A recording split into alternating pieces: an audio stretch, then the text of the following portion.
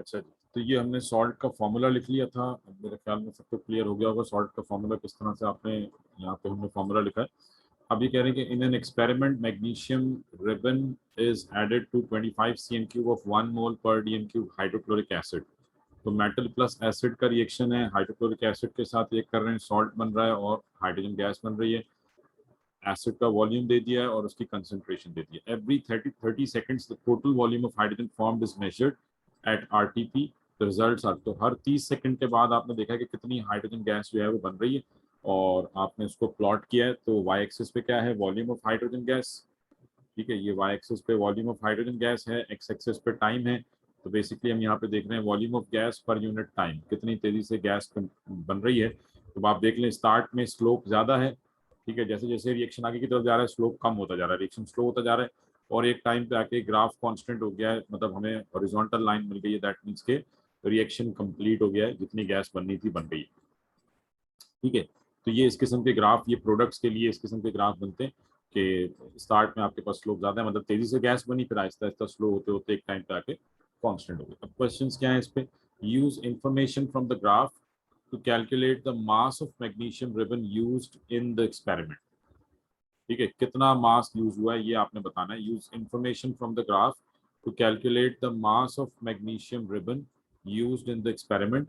1 mole of any gas at RT peak occupies a volume of 24,000 centimetre cube. तो अब हमें graph को देखते हुए ये बताना है कि मैग्नीशियम रिबन का कितना मास यूज हुआ होगा। तो अब मैं सिंपल ग्राफ को देखता हूँ और मैं ये मतलब ये मुझे फाइंड आउट करना है कि टोटल वॉल्यूम, मतलब पहले मैं देखता हूँ हाइड्रोजन गैस का टोटल वॉल्यूम कितना कलेक्ट हुआ है, total volume of hydrogen gas. तो अगर आप देखें तो टोटल वॉल्यूम कितना है, 60 पे आपको ये स्ट्रेट लाइन मिली है। तो मतलब total volume of the gas collected is, हमारे पास रिएक्शन क्या है, Mg plus HCl gives MgCl2 plus hydrogen gas, इसको बैलेंस करें तो ये, अब मुझे ये पता लग गया है कि टोटल हमारे पास हाइड्रोजन गैस कितनी बनी है। ग्राफ से हमने, ग्राफ से सिंपल ये देखना था कि टोटल हाइड्रोजन गैस बन कितनी रही है, तो 60 सेंटीमीटर क्यूब बन रही है। अब मुझे सिंपल ये बताना है कि 60 सीएम क्यूब हाइड्रोजन गैस बनाने के लिए मैग्नीशियम का कितना मास रिक्वायर्ड होगा, ठीक है। तो जैसे कि हमारे पास इस क्वेश्चन में स्टार्ट में इन्होंने एसिड का वॉल्यूम और कंसंट्रेशन, आप कहें कि जी एसिड के वॉल्यूम और कंसंट्रेशन से कैलकुलेट कर लेते हैं मैग्नीशियम का मास, नहीं कर सकते क्योंकि वो एक्सेस में है, ठीक है। तो एक्सेस में है तो हमें ऑब्वियसली आखिर में बचेगा, तो इसका मतलब ये है कि हमें ये, अब जब जो एक्सेस में अमाउंट है वो आप यूज नहीं कर सकते। तो आपने देखा कि हाइड्रोजन का कितना वॉल्यूम कलेक्ट हो रहा है, उससे आपने सॉल्व किया इसको। तो आई होप ये आप सॉल्व कर लेंगे, फिर भी चले मैं इसको यहाँ पे सॉल्व कर लेता हूँ, ठीक है। हमारे पास 60 CM cube of hydrogen gas आ गई, पहले इसको मोल्स में कन्वर्ट करते हैं। तो 60 डिवाइडेड बाय मोल्स में कन्वर्ट करने के लिए इसको मोलर वॉल्यूम से डिवाइड कर देंगे 24,000 से, यहाँ से मोल्स आ जाएंगे। 60 डिवाइडेड बाय 24,000 कितने मोल्स आएंगे, 60 डिवाइडेड बाय 24,000, तो ये आ गया हमारे पास 0.0025, ये मोल्स ऑफ हाइड्रोजन आ गए। अब मोल्स ऑफ हाइड्रोजन को कन्वर्ट करना इनटू मोल्स ऑफ मैग्नीशियम, तो क्योंकि सेम रेशो है 1 मोल ऑफ मैग्नीशियम के 1 मोल ऑफ हाइड्रोजन, तो अगर ये मोल्स ऑफ हाइड्रोजन है तो मोल्स ऑफ मैग्नीशियम भी इतने ही होंगे, 0.0025 मोल्स ऑफ मैग्नीशियम आ गए। अब इसको मास में कन्वर्ट करना है, इसको मल्टीप्लाई करते हैं इसके MR से जो कि 24 है, तो 0.0025 मल्टीप्लाई बाय 0.0025 मल्टीप्लाई बाय 24, तो ये आंसर आ जाएगा 0.06। तो कितना मास लग रहा है मैग्नीशियम का, 0.06 ग्राम। तो यहाँ पे आपने ये सारा सोल्यूशन जो है वो अपना शो कर लेना है, ठीक है। इक्वेशन लिख के आपने ये सारी कैलकुलेशन आपको यहाँ पे शो करनी है। मैं डायरेक्ट आंसर लिख रहा हूँ 0.06 ग्राम। बेटा क्लियर है, ये बात समझ में आ गई है, कोई क्वेश्चन तो नहीं है इसमें।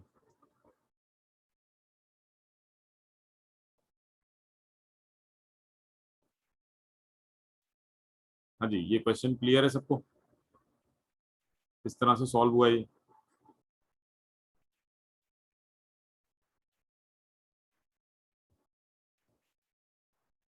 ठीक है, उसके बाद कह रहे हैं कि the experiment was repeated using the same mass of magnesium ribbon but with 25 cm cube of 1 mole per dm cube propanoic acid. मतलब अब आपने HCl की जगह पे प्रोपेनोइक एसिड यूज किया है और वो भी एक्सेस में। Draw on the grid a graph of the result for the reaction between magnesium ribbon and propanoic acid. ठीक है, अब आपने मतलब सेम एसिड सेम मेटल है बट एसिड चेंज कर दिया। इस दफा प्रोपेनोइक एसिड ले लिया जो कि वीक एसिड है, और वीक एसिड है तो रिएक्शन स्लो हो जाएगा, मतलब क्योंकि वॉल्यूम वगैरह सब कुछ सेम है, हाइड्रोजन गैस का उतना ही आपके पास वॉल्यूम बनेगा बट रिएक्शन स्लो हो जाएगा, और रिएक्शन स्लो हो जाएगा तो मतलब ग्रेडियंट बढ़ जाएगा। तो इस दफा जो आपके पास ग्राफ बनेगा, ठीक है, मैं रफली यहाँ पे अगर ग्राफ ड्रॉ करूँ तो रिएक्शन स्लो हो जाएगा, मतलब ग्रेडियंट आपका स्लोप बढ़, मतलब स्लोप जो है वो कम हो जाएगा। तो ये कुछ इस टाइप का ग्राफ बन जाएगा। लेट्स से ये स्ट्रेट लाइन आपको देर से मिलेगी।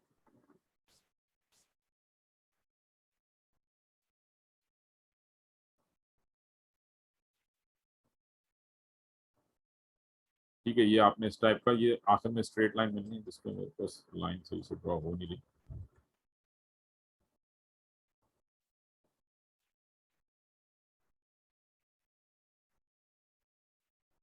ठीक है, ये कुछ इस टाइप का ग्राफ आपके पास बन जाएगा। तो ये आखिर में हमने आके इसको थोड़ा सा स्ट्रेट शो कर दिया, ये थोड़ा पहले शो कर दिया, मतलब आपका जो स्लोप है, slope will decrease, reaction slow हो जाएगा, क्योंकि स्ट्रॉन्ग एसिड्स में रिएक्शन तेजी से होगा और वीक एसिड्स में रिएक्शन स्लो होगा, क्योंकि weak acid less number of hydrogen ions produce कर रहे होते हैं तो रिएक्शन स्लो हो जाएगा। ठीक है, dilute hydrochloric acid react with aqueous silver nitrate. Dilute hydrochloric acid, अब देखिए इस किस्म की जब भी रिएक्शन हुआ करें ना तो आप क्योंकि इन्होंने आपसे कहना है कि राइट एन आयनिक इक्वेशन, तो आप अपने पास रिएक्शन बनाना शुरू कर दें, रफ में आप रिएक्शन को बनाना शुरू करें ताकि आप इजीली बना सके। तो dilute hydrochloric acid reacts with silver nitrate AgNO3 to form a white PPT। तो ये भी एक्वस है, ये भी एक्वस है। व्हाइट पीपीटी क्या बनेगा? AgCl डिस्प्लेसमेंट रिएक्शन हो जाएगा, तो व्हाइट पीपीटी क्या है यहाँ पे? AgCl प्लस साथ में क्या बनेगा? HNO3। अब ये कह रहे हैं कि इसकी आयनिक इक्वेशन लिखनी है with state symbols for the reaction. तो ionic equation AgCl white solid है, all the chlorides are soluble except for silver inlet. तो AgCl की इक्वेशन बनानी है, तो मतलब नाइट्रेट कैंसिल हो जाएगा क्योंकि वो दोनों तरफ एक्वस है, H प्लस आइन कैंसिल हो जाएगा, ये भी एक्वस है, तो बच क्या गया? सिल्वर आइन, क्लोराइड आइन और नाइट्रेट आइन, सिल्वर नाइट्रेट। तो आयनिक इक्वेशन क्या है? Ag plus AQ plus NO3 minus AQ gives AgNO3 solid. ये आयनिक इक्वेशन आ गई। ठीक है जी। Copper is a transition element, it is used, copper क्या है? ट्रांजिशन मेटल है। It is used both in its pure form and in alloys. The physical properties of copper can be explained in terms of metallic bonding, क्योंकि metal है तो इसमें metallic bonding होगी। Describe with the add of a label diagram the metallic bonding in copper. तो metallic bonding के ऊपर जब भी क्वेश्चन आएगा, डायग्राम क्या बनेगी? आपने मेटल का एक पीस शो कर देना है। लेट सपोज आपने कहा जी ये मेटल पीस है, इसमें एटम्स शो कर दें ऑफ इक्वल साइज, कम से कम 2 लेयर्स आपने शो कर देनी है। लेट सपोज आपने कहा कि ये मेटल एटम्स हैं, लेयर फॉर्मेशन में they will lose electron, once they lose electron they get positively charge.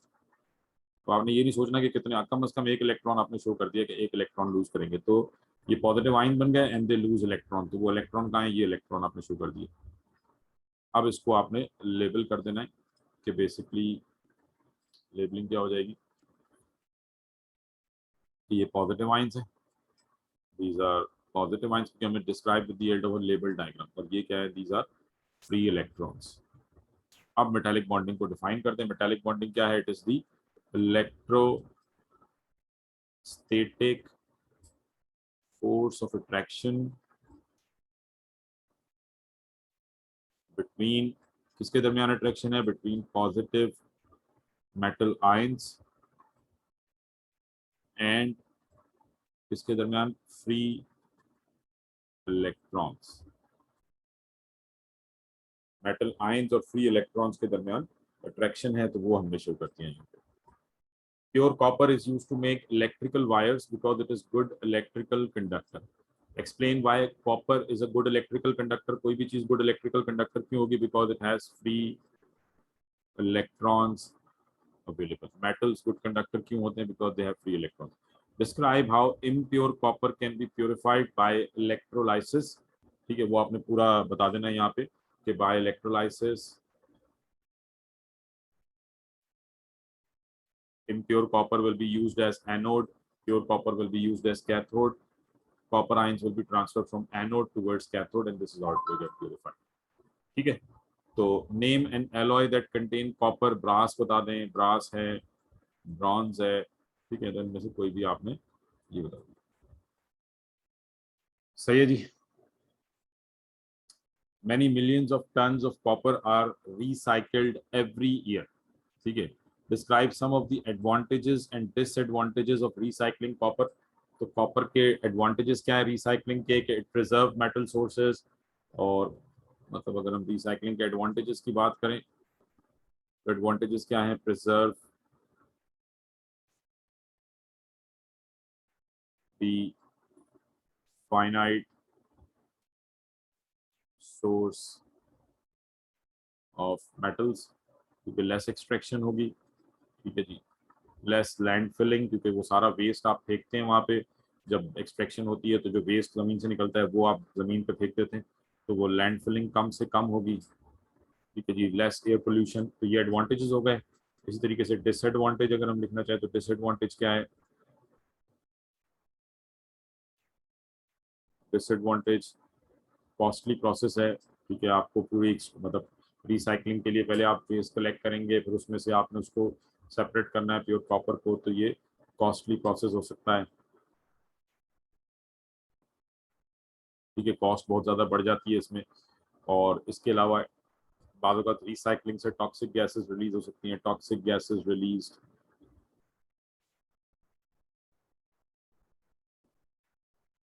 ठीक है, तो ये कुछ एडवांटेजेस और डिसएडवांटेजेस जो है वो आप यहाँ पे मेंशन कर सकते हैं। बेटा ये मेटल्स वाला ही चैप्टर है सारा, ये मेटल्स वाला चैप्टर है, आपने वो आखिरी दिनों में क्लासेस मेटल्स वाली मेरे ख्याल में शायद नहीं ली थी, तो ये पूरा मेटल्स वाला, मेटल्स में दो टॉपिक है, रिएक्शंस हैं मेटल्स के और उनके एक्सट्रैक्शन के प्रोसेस हैं, तो वो ब्लास्ट फर्नेस वाला टॉपिक वो सारा एक दफ़ा आप बुक से देखें, अभी आगे क्वेश्चन आते रहेंगे तो मैं यहाँ पे एक्सप्लेन करता रहूँगा, बट एक दफ़ा आप बुक में से इसको अच्छी तरह से पढ़ लें, तो फिर जो चीज़ ना समझ में आए कल आ जाइएगा, कल मैं इसको थोड़ा सा एक्सप्लेन कर दूंगा क्लास में भी, ठीक है। अच्छा ये लास्ट क्वेश्चन आ जाता है इस चैप्टर का, glucose is one of the, obviously आपने तीन करने, मैं यहाँ पे दो सॉल्व कर रहा हूँ, एक मिनट बेटा जरा होल्ड कीजिए।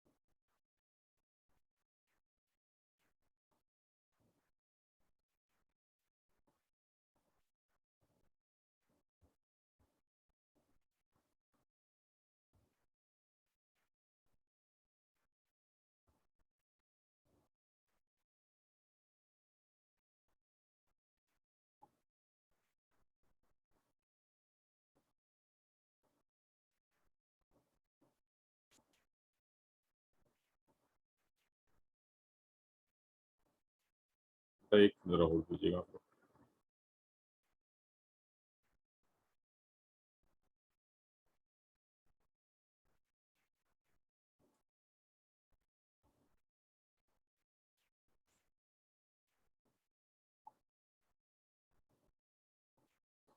अच्छा जी, तो glucose is one of the products of photosynthesis, state the empirical formula of glucose, तो आपने इसको सिंप्लीफाई कर लिया, ये हो जाएगा CH2O, right an equation two show how glucose is formed in the photosynthesis, तो ये रेस्पिरेशन का ऑपोजिट है, ठीक है, फोटोसिंथेसिस में क्या होता है, carbon dioxide reacts with water, ठीक है, this gives glucose C6H12O6 plus oxygen, इसको बैलेंस कर लें, 6 कार्बन, 6 हाइड्रोजन, ऑक्सीजन कितने हो गए, 6 2 12, यहाँ पे 9 6 ये हैं तो ये 6 ये हो जाएगा, ठीक है, ये फोटोसिंथेसिस है, इसको रिवर्स कर देंगे तो रेस्पिरेशन हो जाएगी, तो अगर कभी रेस्पिरेशन पे क्वेश्चन आए तो इसको रिवर्स कर दें, glucose plus oxygen give carbon dioxide, give the essential condition for this process, तो अच्छा अब ये थोड़ा सा क्वेश्चन ऐसा है कि ये थोड़ा सा काफी ज्यादा पुराना पेपर है, ठीक है, तो फोटोसिंथेसिस पहले एयर एंड वाटर में था, अब फोटोसिंथेसिस एज सच जो है वो हमारे सिलेबस का पार्ट नहीं है, बट ये है कि कंडीशंस आपने बतानी है यहाँ पे, तो सनलाइट की रिक्वायरमेंट होती है फोटोसिंथेसिस में, ठीक है जी, सनलाइट की रिक्वायरमेंट है, और इसके अलावा क्लोरोफिल, तो जो प्लांट्स के लिए जो पिगमेंट रिक्वायर्ड होता है, ठीक है, सनलाइट हो गया, क्लोरोफिल हो गई, और उसके अलावा कार्बन डाइऑक्साइड तो हम वैसे भी लिख चुके हैं, लेकिन अगर आप दोबारा यहाँ पे मेंशन करना चाहें तो these are essential conditions for this process. Fermentation converts glucose into ethanol, a biofuel. ये फर्मेंटेशन हमने पढ़ी थी. State two essential condition for fermentation to take place. तो फर्मेंटेशन की कंडीशन हमने क्या पढ़ी थी? लो टेम्परेचर, ठीक है जी, temperature around 35 to 37 degree centigrade, और दूसरी इंपॉर्टेंट कंडीशन क्या है? Absence of oxygen. Calculate the maximum mass of ethanol that can be made from 1 ton of glucose. तो मेरे ख्याल में ये सिंपल कन्वर्जन है, आप कर लेंगे, इसको मैं स्किप करता हूँ. State one possible problem in making biofuels bye fermentation. तो फर्मेंटेशन का पॉसिबल प्रॉब्लम्स, एक तो यहाँ से डाइल्यूट अल्कोहल मिलता है, स्लो प्रोसेस है, तो कोई भी आप लिख सकते हैं कि it is a slow process, only ethanol can be form. तो इनमें से कुछ भी आप लिख सकते हैं. तो ये हमारे पास ये पेपर कंप्लीट हो गया. ठीक है जी, क्लियर है? यहाँ इसमें किसी को कोई कंफ्यूजन तो नहीं है बेटा? जी,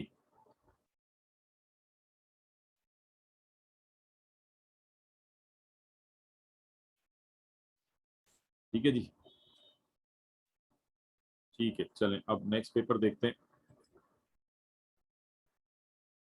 आज मैं थोड़ा सा जरा P2 के ऊपर फोकस करूंगा. कल P2 पे हमने देखा था, आप लोगों का इतना कोई ऐसा इतना अच्छा मुझे नजर नहीं आ रहा था कि आप लोग सॉल्व सही तरीके से कर रहे थे, इसलिए मैं सोच रहा हूँ कि 8-10 पेपर इस तरह से आपको सॉल्व कराऊं ताकि आपको आइडिया हो जाए. तो इंशाल्लाह ताला कल हम कुछ P4 की प्रैक्टिस करेंगे. ठीक है, अपने तौर पर बेटा आप लोग प्रैक्टिस करते रहें, भले मुझे मतलब सॉल्व करके आप मुझे व्हाट्सएप कर दिया करें, तो मैं चेक वहाँ से भी कर सकता हूँ. ठीक है, जब मुझे टाइम मिलेगा मैं उसको चेक कर लूँगा. तो कोशिश करें आप जो भी पेपर सॉल्व कर रहे हैं मुझे उसकी पिक्चर सेंड कर दें.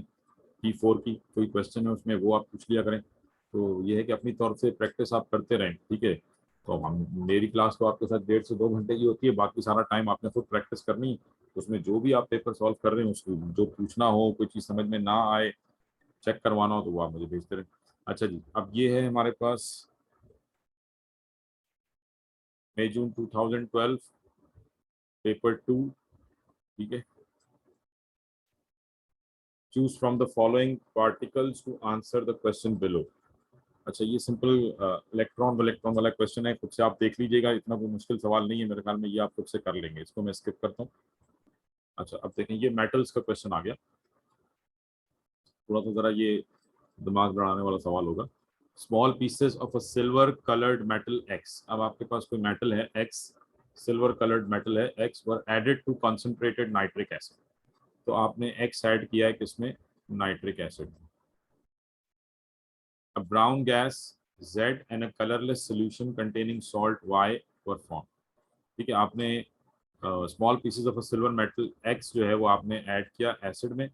मेटल प्लस एसिड क्या बनता है? Salt and hydrogen gas. ठीक है, तो अब ये कह रहे हैं कि अब ब्राउन गैस Z, ठीक है, यहाँ पे कोई ब्राउन गैस जो है वो ऐड हो रही है. उसकी वजह क्या है? आप कहेंगे ये तो डिफरेंट रिएक्शन हो गया. यहाँ पे जो एसिड है ये कंसनट्रेटेड है. वो जो हमने रिएक्शन पढ़ा है ना, metal plus acid give salt and hydrogen gas, वो डाइल्यूट एसिड के लिए. अगर आपको याद हो, जब मैंने ये रिएक्शन सिखाए थे मैंने उस टाइम भी बात की थी कि ये डाइल्यूट एसिड का रिएक्शन. तो अगर एसिड कॉन्सेंट्रेटेड होगा तो फिर रिएक्शन चेंज भी हो सकता है. जैसे यहाँ पे ये कह रहे हैं कि brown, obviously hydrogen brown gas नहीं है, तो अब ये ब्राउन गैस बन रही है यहाँ पे, तो मतलब this is some other gas. ये हाइड्रोजन गैस नहीं, तो ब्राउन गैस बन रही है, plus colourless solution containing salt Y were form. तो कोई सॉल्ट वाई बन रहा है जिसका सोल्यूशन कलरलेस है, मतलब के जो ये मेटल है ये नॉन ट्रांजिशन, क्योंकि कलरलेस सोल्यूशन बना. तो ये कुछ चीजें हमें यहाँ से क्लियर हो गई. And colourless solution analysis of a 0.0914 mole sample of Z. ठीक है, ये जो ब्राउन गैस थी इसको इन्होंने क्या नाम दिया? जेड. तो इसके कितने मोल्स हैं? 0.0914 moles of Z. Showed it contain 1.28 gram nitrogen and 2.93 grams of oxygen. तो इन्होंने ये बता दिया कि इस गैस में कौन कौन से दो एलिमेंट मौजूद है, नाइट्रोजन और oxygen. The small sample of the colourless solution was diluted with water. ठीक है, ये जो सैंपल बना है आपके पास, कलरलेस सोल्यूशन जो बना है इसका इन्होंने एक सैंपल लिया और इसको डाइल्यूट किया है किसके साथ, वाटर के साथ, and then divided into 2 portion, फिर इसके 2 पोर्शन बना लिए। अब ये टेस्ट फॉर कैटाइन एनाइन करेंगे इस सॉल्ट के साथ। To 1 portion aqueous sodium hydroxide was added drop by drop until it was in excess. A white PPTW was formed that redissolved in the excess sodium hydroxide. ठीक है, NaOH में white PPT बना जो कि access में dissolve हो गया, और फिर एक्वस अमोनिया ऐड किया, इसमें भी आपको व्हाइट पीपीटी बना, was formed that redissolve in excess ammonia, तो व्हाइट पीपीटी दोनों में डिसॉल्व हो गया। तो name the white PPT W G, white PPT दोनों में डिसॉल्व हुआ है, NaOH में भी और अमोनिया में भी, तो व्हाइट पीपीटी क्या होगा? चलिए आप मुझे बता दें ये कैटाइन कौन सा है?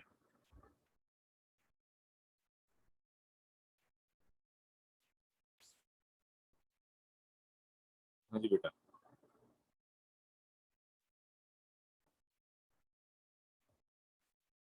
जिंक। ठीक है जी, जिंक है। और व्हाइट पीपीटी जो है ये क्या होगा? जिंक हाइड्रोक्साइड, क्योंकि NaOH या अमोनिया ऐड करने से जो मेटल होता है वो क्योंकि दो NaOH और अमोनिया दोनों बेस हैं, हाइड्रोक्साइड आयन रिलीज करते हैं, तो जिंक हाइड्रोक्साइड जो है ये व्हाइट पीपीटी होगा। ठीक है, अक्सर बच्चे यहाँ पे लिख के आ जाएंगे जिंक आयन। सवाल को अच्छी तरह से पढ़ें, क्या कह रहे हैं? Name the white PPT, white PPT का नाम बनाना है। तो construct the ionic equation with state symbol for the formation of W. W की फॉर्मेशन के लिए व्हाइट पीपीटी जो बन रहा है उसकी फॉर्मेशन के लिए आयनिक इक्वेशन लिखनी है। तो आयनिक इक्वेशन क्या होगी? Zinc ion present in the solution Zn2 plus AQ plus जो OH आयन आपने ऐड किए हैं NaOH या अमोनिया के through AQ gives zinc hydroxide ZnOH2 solid. ये आपने आयनिक इक्वेशन लिखी। Name X and Y। तो अब हमें पता लग गया कि हमारे पास जो सॉल्ट था उसमें जिंक आयन मौजूद थे। अब जिंक आयन जो है वो इस सॉल्ट में मौजूद है, तो ये जो जिंक आयन्स हैं ये कहाँ से आ रहे होंगे? ऑब्वियसली नाइट्रिक एसिड से तो नहीं आए, तो इसका मतलब एक्स क्या है? जिंक है। ठीक है, जिंक ने रिएक्ट किया था नाइट्रिक एसिड से, तो हमें कलरलेस सोल्यूशन बना था, तो एक्स इज जिंक। और वाई क्या है? वाई, जब जिंक रिएक्ट करेगा नाइट्रिक एसिड से तो ये वाई क्या बनेगा? Zinc nitrate. तो वाई इज जिंक नाइट्रेट। यहाँ तक बात समझ में आ रही है? इसमें कोई कंफ्यूजन तो नहीं है बेटा? ये बड़े एहतियात से सॉल्व करने वाले सवाल होते हैं, एक एक चीज उसमें समझना पड़ता है कि क्या हो रहा है। इस किस्म का सवाल अगर आपके पास आया वैसे, यानी कि ये हर साल ऐसे क्वेश्चन एक्सपेक्टेड नहीं होते, बट मेटल्स पे इस टाइप के क्वेश्चन जब बनते हैं तो बड़े ध्यान से इसको सॉल्व करना पड़ता है। ये समझ में आया किस तरह से? इसमें कोई कंफ्यूजन तो नहीं है?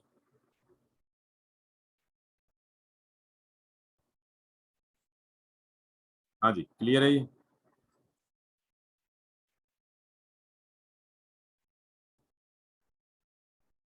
अच्छा जी, calculate the relative formula mass of gas Z. तो अब देखें दोनों के मासेस गिवन है मेरे ख्याल में, यहाँ पे आपने वही इंपेरिकल फार्मूला सो करना है।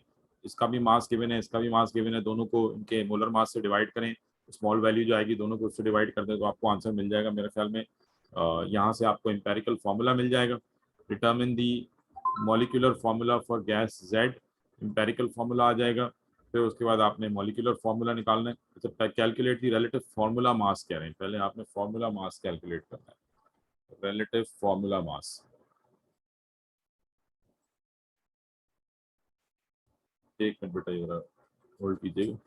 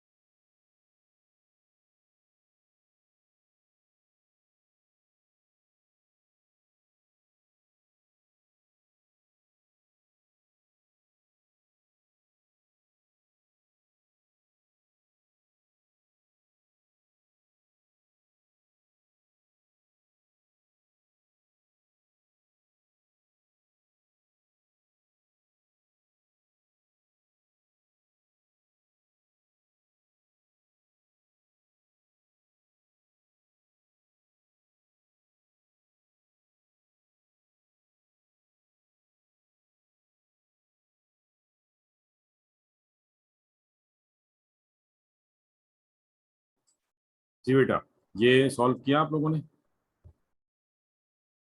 और मुझे एक बड़ा काम पड़ गया था। ये सॉल्व किया आप लोगों ने या नहीं, या मैं करूं? फॉर्मूला मास फाइंड आउट करना है यहाँ पे जी। ये हो गया सॉल्व या मैं करूं सॉल्व? गैस जेड का फॉर्मूला मास फाइंड आउट करना है। तो अगर आप देखें यहाँ पे गैस जेड के हमें मोल्स दे दिए। मोल्स कितने हैं गैस के? 0.0914 मोल्स हैं। और इसमें नाइट्रोजन 1.28 ग्राम है और ऑक्सीजन 2.93 ग्राम है। तो मतलब टोटल मास यहाँ पे कितना हो गया? अगर मैं इन दोनों को ऐड करता हूँ तो 1.28 प्लस 2.93, टोटल मास कितना हो रहा है? अब ये दो मतलब ऑब्वियसली ये दोनों गैसेस कहाँ से आ रही हैं? इस गैस सैंपल जेड से आ रही हैं। ठीक है, तो इसका मतलब अगर हम इन दोनों को ऐड करते हैं तो ये कितना हो जाएगा? 1.28 प्लस 2.93, तो ये आ गया 4.21। तो मतलब आपके पास अगर हम इसको डीकम्पोज करते हैं, ये जो हमारे पास मोल्स हैं 0.0914, इसको डीकम्पोज करते हैं तो टोटल हमें मास कितना मिल रहा है? 4.21 ग्राम जो है ये हमें मास मिल रहा है। ठीक है, तो इसका मतलब ये जो सैंपल है जेड का, इसका मास कितना है? क्योंकि जब आप इसको डीकम्पोज करेंगे, लेट सपोज इसको जरा एक बात को यहाँ पे समझें कि जेड डीकम्पोज हो रहा है तो हमें नाइट्रोजन गैस मिल रही है और ऑक्सीजन गैस मिल रही है। इन दोनों का मास मिला के बन रहा है 4.21 ग्राम। तो ऑब्वियसली यहाँ पे भी मास कितना होगा? 4.21 ग्राम ही होगा, law of conservation of mass. और इसके मोल्स मेरे पास ऑलरेडी गिवन है। ठीक है, मोल्स कितने हैं? 0.0914। तो आपके पास मोल्स मौजूद हैं। मोल्स कितने हैं? 0.0914। और मास आपने कैलकुलेट कर लिया 4.21। तो अगर मोल भी आ गए हैं, मास भी आ गया है, तो अब एम आर कैलकुलेट करना मसला ही नहीं है। Mole is equal to given mass upon M R. तो ये क्या हो जाएगा? मास को डिवाइड कर देते हैं मोल्स से, तो 4.21 डिवाइडेड बाय 0.0914, तो ये आ जाएगा 46। तो M R of the gas is 46। जी, ये समझ में आई है बेटा बात? क्लियर है ये?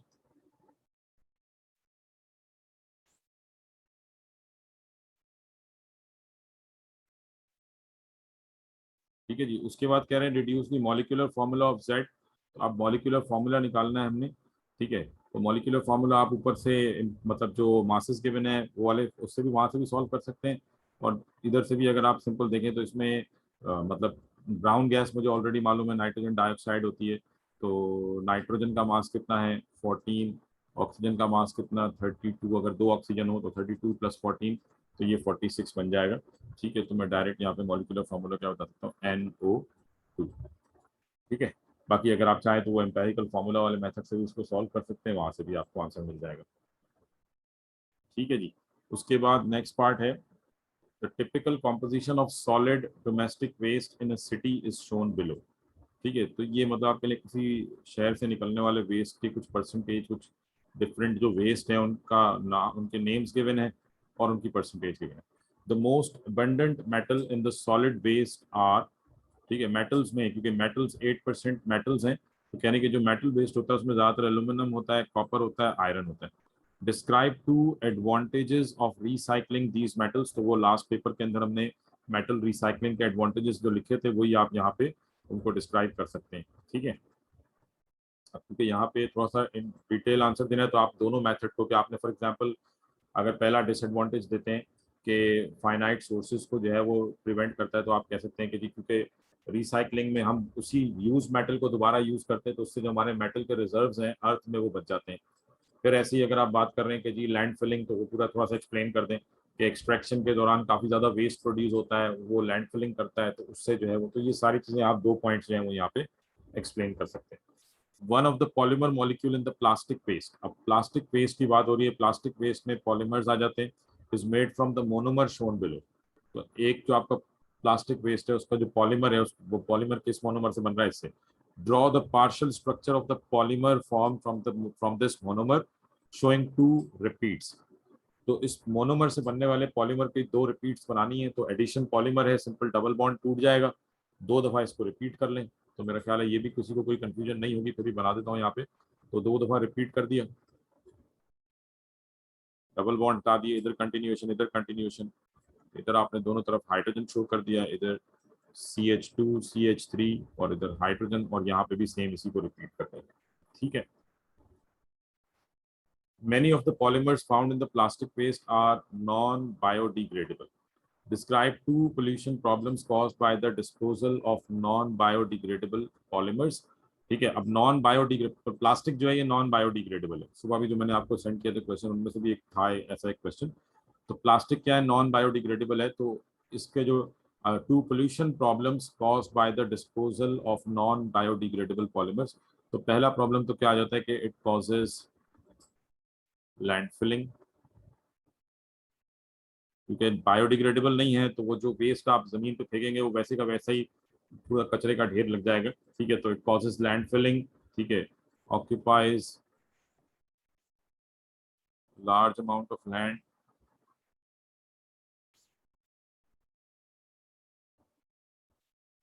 ठीक है। पोल्यूटेड, इट पोल्यूट्स सी, क्योंकि अगर ऑब्वियसली अगर अगर आप जमीन पे नहीं फेंक रहे तो फिर दूसरा ऑप्शन क्या होता है कि आप समंदर में जो है वो समंदर के पानी में सारा वेस्ट बहाते हैं, तो उससे जो मरीन लाइफ है उसे भी नुकसान पहुंच सकता है, वो भी आप लिख सकते हैं यहाँ पे। प्लस वो उसको भी गंदा कर रहा है। और दूसरा जो आप कह लें कि पोल्यूशन प्रॉब्लम हो सकता है कि अगर चले नॉन बायोडिग्रेडेबल है तो हम क्या करते हैं, इसको जलाते हैं, प्लास्टिक को जलाते हैं। अब बर्निंग जो है it releases toxic gases, carbon dioxide, monoxide जो है ये रिलीज होती है। तो burning of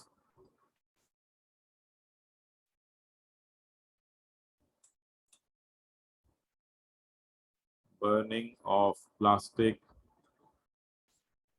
releases toxic gases in the air, ठीक है जी। Terylene and nylon are two of the textiles present in the solid waste, ठीक है। सॉलिड वेस्ट में टेरेलिन भी आ जाता है, नाइलॉन भी आ जाता है। The partial structure of terylene is shown below. ये टेरेलिन का structure, terylene is the other name for polyester, I hope याद होगा ये, it is the other name for polyester, ठीक है। ये भी सिंथेटिक पॉलीमर है। Terylene is a polyester. What type of polymerization is used to make terylene. तो terylene के लिए टाइप ऑफ पॉलीमर तो दो ही टाइप्स आपने पढ़ी है, एडिशन और कंडेंसेशन। तो यहाँ पे टाइप कौन सी है, क्योंकि लिंकेजेस हो रहे हैं तो इसका मतलब condensation polymerization. Complete the diagram below to show the partial structure for nylon. Nylon is the other condensation polymer, ठीक है। तो नाइलॉन में क्या होता है, दोनों तरफ यानी जैसे यहाँ पे CO और फिर O आ रहा है, डाइओइक एसिड और डाइओल होते हैं। नाइलॉन में क्या होता है, डाइओइक एसिड तो सेम होगा और फिर आगे डायामाइन होता है, तो NH आ जाएगा। अमाइड लिंकेज होते हैं, इसमें दोनों तरफ NH, फिर दोबारा C डबल बॉन्ड O, फिर दोबारा C डबल बॉन्ड O, फिर NH, फिर NH, ठीक है जी। ये आपने बना था। Give the name of one type of food that has molecules containing the same linkages as terylene. तो टेरेलिन में जो लिंकेजेस मौजूद हैं, सेम इसी टाइप के लिंकेजेस जो हैं वो आपने बताने, कोई मतलब फूड में जिसमें ये मौजूद होते हैं। तो starch, the name one type of food that has the molecules containing the same linkage as terylene, polyester. तो ईस्टर लिंकेजेस कौन से फूड आइटम्स में हो सकते हैं जी बेटा?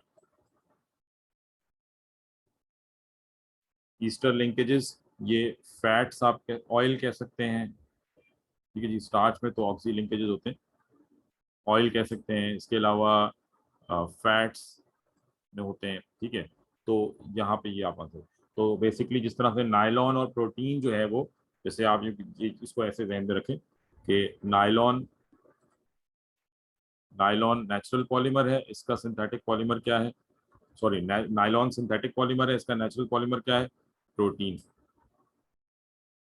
ऐसे टेरेलिन या पॉलिएस्टर जो है ये सिंथेटिक पॉलीमर है और इसका नेचुरल पॉलीमर क्या है, फैट्स कह लें, लिपिड्स कह लें, ऑयल कह लें, ठीक है। इसको आप इस तरह से ध्यान में रख सकते हैं।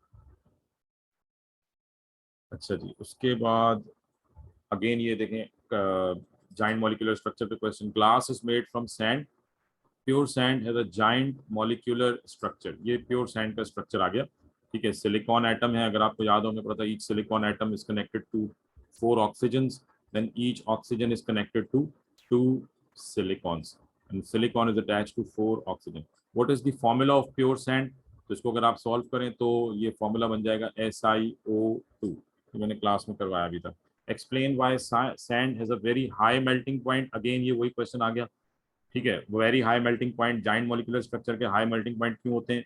Because it is a giant molecular structure, it has large number of strong covalent bonds which are difficult to break. वही सेम आंसर दोबारा रिपीट हो जाएगा. P2 में देखें बेटा, क्वेश्चन बार बार रिपीट हो रहे होते हैं, तो एक दफा आप अच्छी तरह से चीजों को ध्यान में बिठा लेंगे ना, तो P2 बड़ा आसान है. ठीक है, तो why sand has a very high melting point? Because it is a giant molecular structure, it contain large number of strong covalent bonds which are difficult to break. वही सेम आंसर जो हमने पिछले पेपर में solve लिखा. Clear है ये बात? इसमें कोई कंफ्यूजन तो नहीं है? Why sand does not conduct electricity? It has no free electron. ठीक है जी, तो ये पार्ट भी आपका सॉल्व हो गया.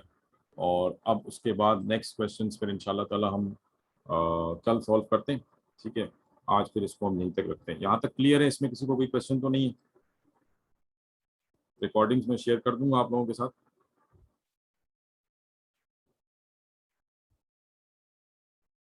ठीक है जी, चलें. तो अब ये बाकी का पेपर कोशिश करें आप खुद से अगर सॉल्व कर लें अभी बैठ के तो बहुत अच्छा हो जाएगा.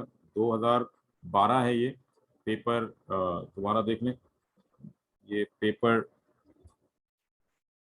मई जून 2012, पेपर 22. ठीक है, तो अगर आप ये खुद से सॉल्व कर लें, 4 सवाल मैंने करा दिए, बाकी आप खुद से सॉल्व कर लें. एक पेपर हम पहले ही सॉल्व कर चुके हैं, तो इंशाल्लाह ताला कोशिश करेंगे कल भी ऐसे 2-3 सवाल जो है वो इस तरह से जल्दी सॉल्व हो जाते हैं. ठीक है, तो कल भी इंशाल्लाह ताला कोशिश करेंगे थोड़ा ज़्यादा जो है वो हम क्वेश्चन सॉल्व कर लें. ठीक है जी, चलें, अल्लाह हाफिज़.